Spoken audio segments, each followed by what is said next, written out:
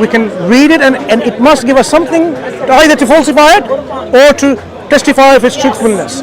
So there have been a bunch of studies done on it, as I'm sure there are with the Quran. I'm not saying that the Quran doesn't have truth in it. I think that a ton of the books of Scripture do. I'm not objectifying that. But so in the Book of Mormon, there are evidence. So it was revealed to Joseph Smith, who lived in the Americas in the 1800s and didn't have beyond a 3rd grade level education.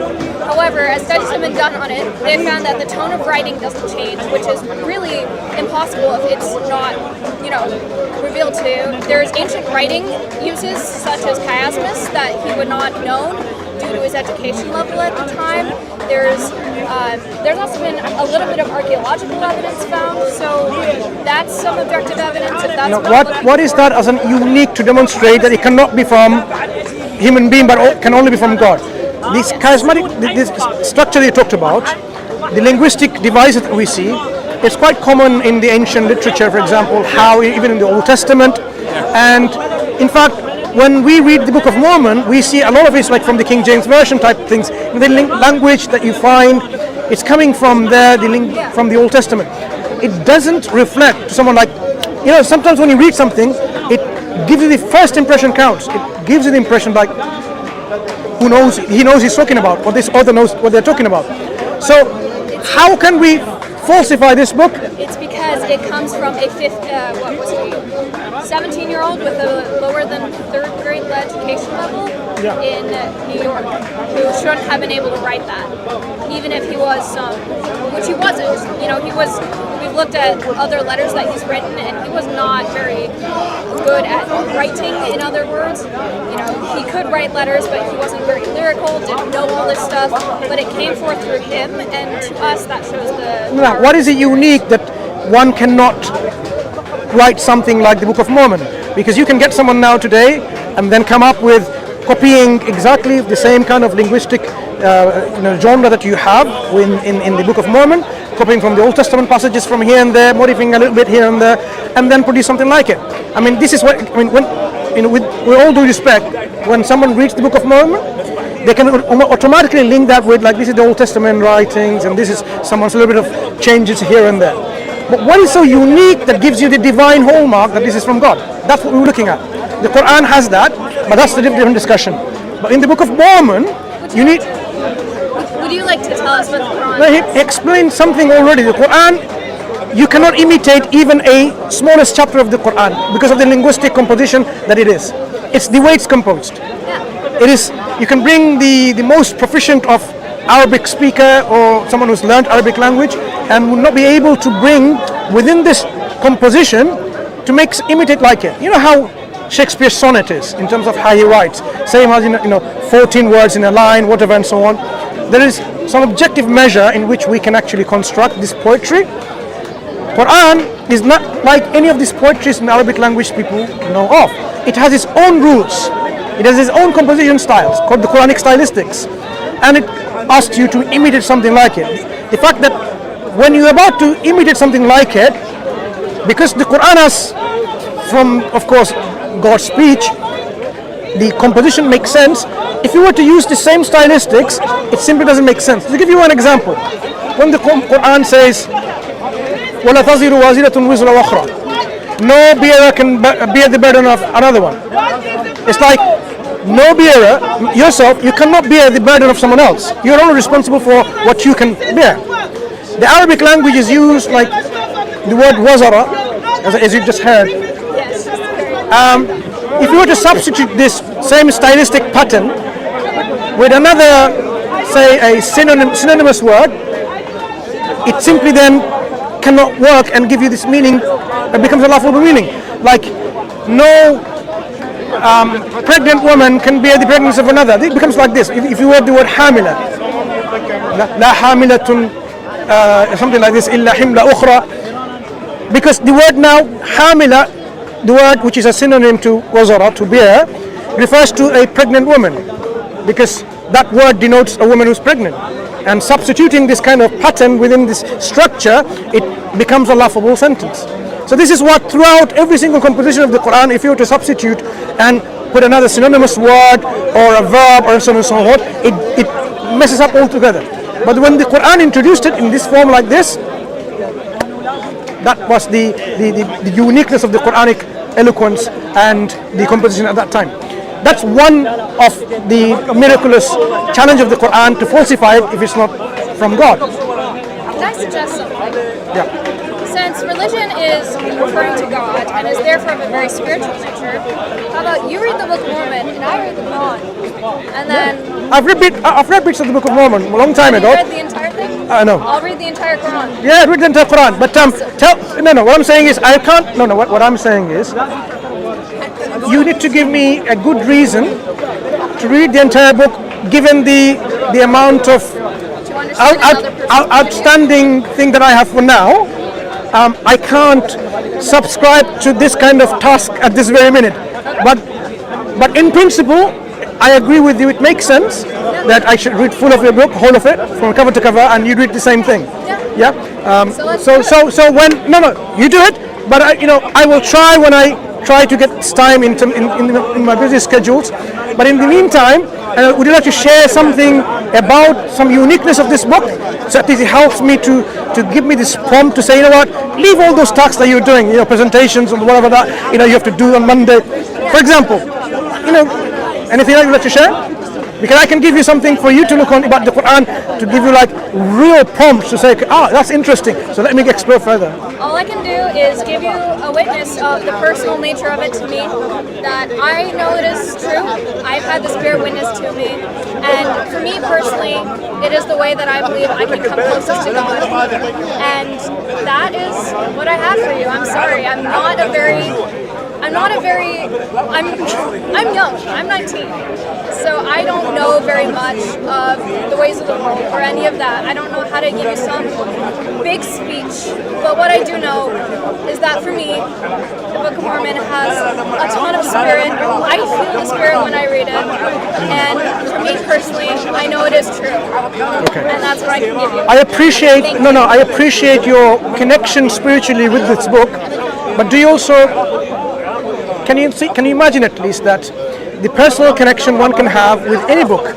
It could be books of the Hindus, for example. It could be books of the Buddhist texts. It could be a book when someone reads the Harry Potter and they have that connection, deep connection, and they feel so much.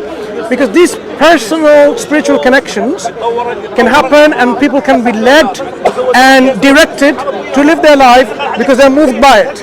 You can read a book, a novel by a particular author, and you say, actually it makes sense. Let me live my life as a vegetarian because cruelty to animals, we don't want to do that anymore. And you change your life and you live accordingly. What we're asking for, something other than that. There is not only a spiritual self-discovery, not only spiritual, you're saying? You believe that Jesus is the way, right? No. No? Jesus was the way during his time. Yes. So was Moses during his time. Every prophet, every messenger was the way during their time. But as their time passed, another prophet came. If he was more in the book of Joseph Smith, then it makes sense that he needs to be followed. If he was indeed the prophet of God. If Prophet Muhammad was the prophet of God, and he says there's no other after him, the finality of God's message, finality of prophethood, then you should think, why am I reading another book? If I'm convinced the Quran, God has revealed and said he sealed it, this message is now completed, God's final guidance is given and perfected, you don't need another prophet, another messenger. Then you don't need to seek the Book of Mormon, for example. You don't need to seek anything else. So that is, in principle, the approach one can take. But what I'm saying is, other than the spiritual connection, one thing is the intellectual query and exploration. In terms of, rather than just simply saying, it feels good, it moves me, I feel happy, but something else. Think about it. Is it possible that this could be all? Can I direct you? So I am 19. I obviously have not done a ton of studies on my own because I am just finished high school. This is what I personally believe. But there have been a lot of studies done. So if you go to BYU, so I come from a college that has done a lot of studies. So if you would like to research that topic more, I recommend you go to BYU and search up BYU. Which university is that? Brigham Young University. Brigham Young University. So they have done a lot of studies if you would like to search that up. Absolutely, no problem with that. Because I have seen already some studies. In fact, some of my friends have done some works on this already, in terms of the very works of Joseph Smith and the people that may have composed it, and the few elders that he had together. So I am exposed to the critical studies already. So further studies is not going to be a problem. And where can I find the studies on the Quran? The Quran, what I'm simply asking you to critically examine this book. Why is it not possible? Why is it not possible? Don't worry about it. Sorry. It's just an accident. Why is it not possible to imitate this book? Why is this book free from contradictions? How does this book talk about all these things people describe in terms of prophecies or the natural world? I guess I have one more question for you, referring to something you said earlier. I guess, do you guys have living prophets today?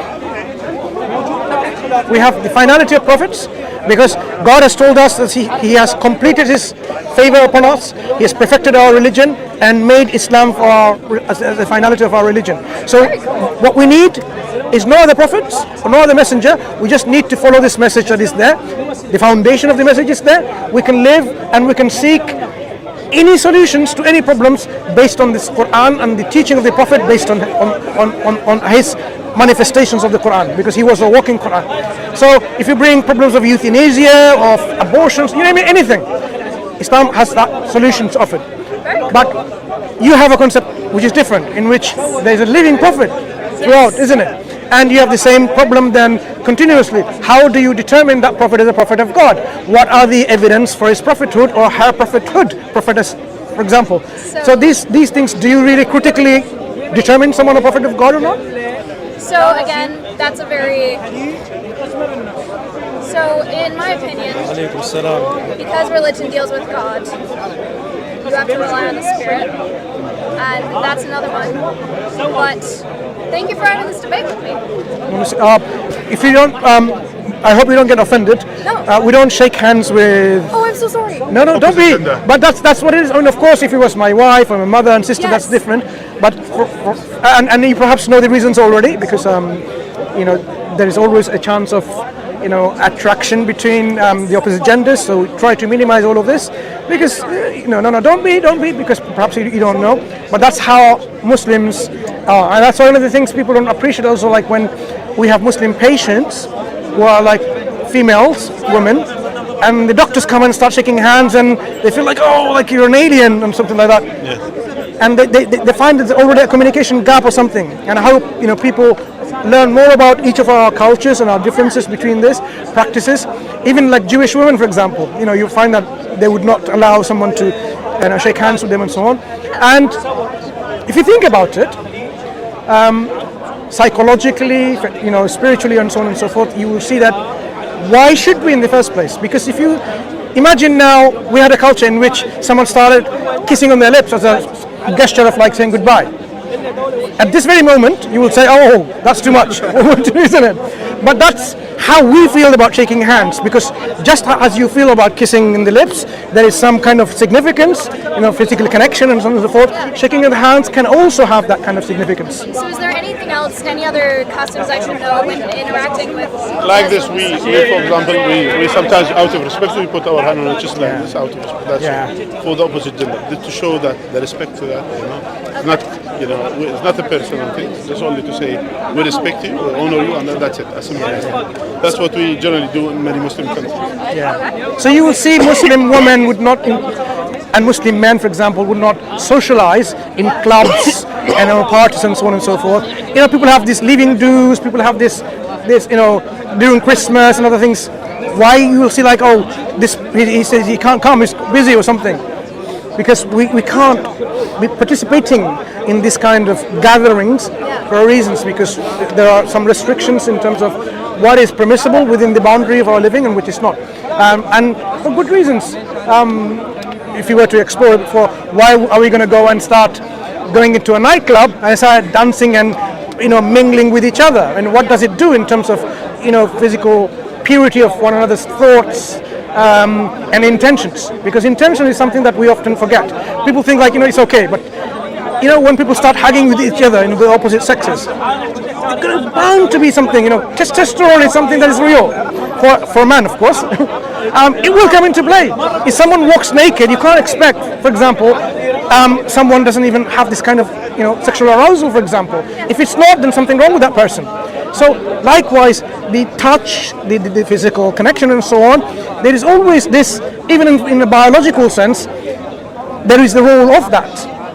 There is a role of that. So what Islam does is we leave all of this to within a boundary of that way it can happen. For example, in marriage, that's fine. Or if you're where it's no sexual attraction and so on and so forth. For example, you can shake hands with an elderly woman who has lost any.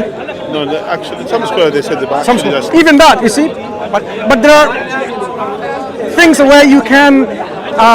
Say for example, if you have someone in your house, a young child maturing, and so on and so forth, there is a whole load of practical consideration and manifestation in terms of how much connection one can have physically and how much not. And I appreciate that you appreciate that. Okay, this is as a sign of our understanding of each other's particular way of life. Yeah. Thank you for having this talk with me. No problem. You're welcome. You don't have to. That's fine. Whatever is comfortable for you. Whatever is comfortable with you. But what's important is, we had that conversation, and we would consider things further. What is indeed the truth behind us? Because ultimately, the discussion we're having was not because we want to worship God.